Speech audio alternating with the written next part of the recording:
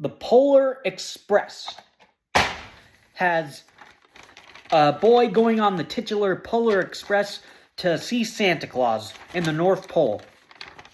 So this movie was adapted from a 20-page book, 20-page children book.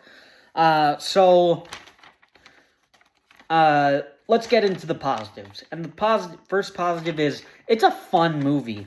It's a thrilling movie. It has fun sequences. The ticket flying around outside is fun. The boy and the hobo skiing on top of the train is really cool. That's one of my favorite moments in the movie. And it's such an adrenaline rush to see that. The train speeding up on the roller coaster part of the train tracks, which doesn't make sense. That the train track is like that. But regardless, that's actually really fun, and it feels like a roller coaster. And it almost makes you feel like you're a part of that. And it's really tense.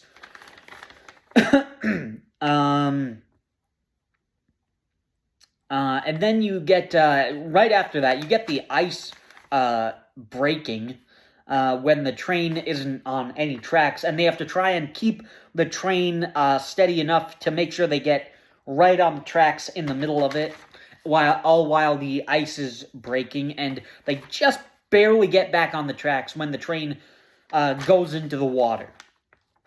A little bit. So that was actually really tense. The three kids go down the present slide. That's pretty fun. So it has fun moments throughout the entire movie. So that's a lot of fun. That's it for positives. Now, I will say this. I enjoy the movie. And I watch this every single Christmas. But rewatching it this time, it has a lot of problems. But again, I still enjoy it.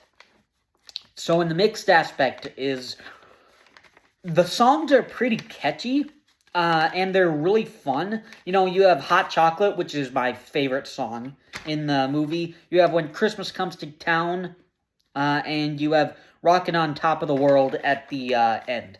So, Hot Chocolate, that's a really fun song. When Christmas Comes to Town, that's a nice song. And Rockin' on Top of the World, that's pretty cool, that's pretty catchy.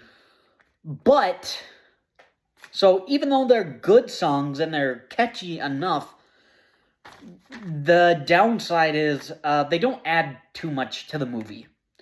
And there's only 3 songs in the movie, where it's like, what is this, a musical or not? So, if they wanted to really make it a musical, they should have had 5 songs. So, honestly, even though I like Hot Chocolate, I think they probably could have cut out, like, all 3 songs. Make the movie a little shorter, because they don't really serve a purpose in the movie. So the songs are catchy, I enjoy them, but they don't really add a lot to the movie, and they could probably be cut out. Now onto the negatives. The easiest one, the animation doesn't really hold up too well. It's a little creepy and unnerving to look at, but I can get past that one. But another negative is the story is pretty simple. It's the train going to the North Pole. And like I said, of course, it goes back to this. Of course, there's only so much you can do with a 20-page children book. And, there's so the book is a decent size, but it's a children's picture book. So the picture takes up 2/3 of a page, and then you have some words on each page. So there's not a whole lot of content to make this movie. So the story for the movie is actually fairly simple. And kind of going along with that, the main character's character arc is not too interesting. He doesn't know if he believes in Santa. He doesn't know if he believes in Santa Claus. Then he believes in Santa Claus. And that's about the extent of his arc. It's like, you almost could kind of cut that out. I like that the boy has a character arc, but I think it could have maybe been cut out, because that's not an interesting character arc, even though I know the boy is 12 years old. But it's not interesting, and it's a little too simple for the movie, I guess. And then the last negative is...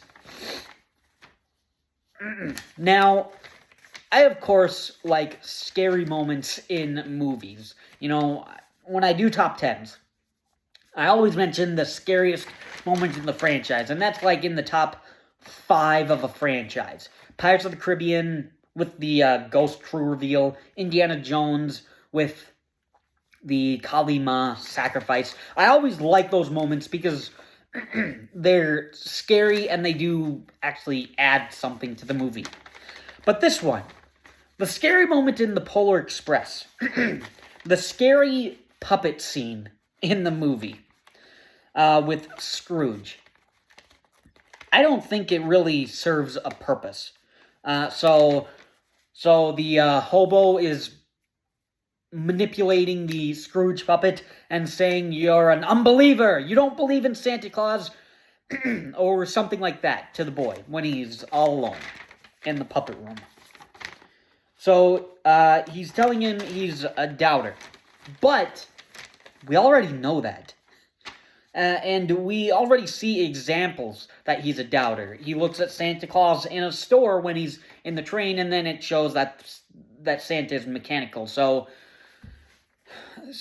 we, and like at the end of the movie, the bell falls off and the boy grabs the bell and he just says, I believe, without seeing Santa Claus. And then he hears it ring.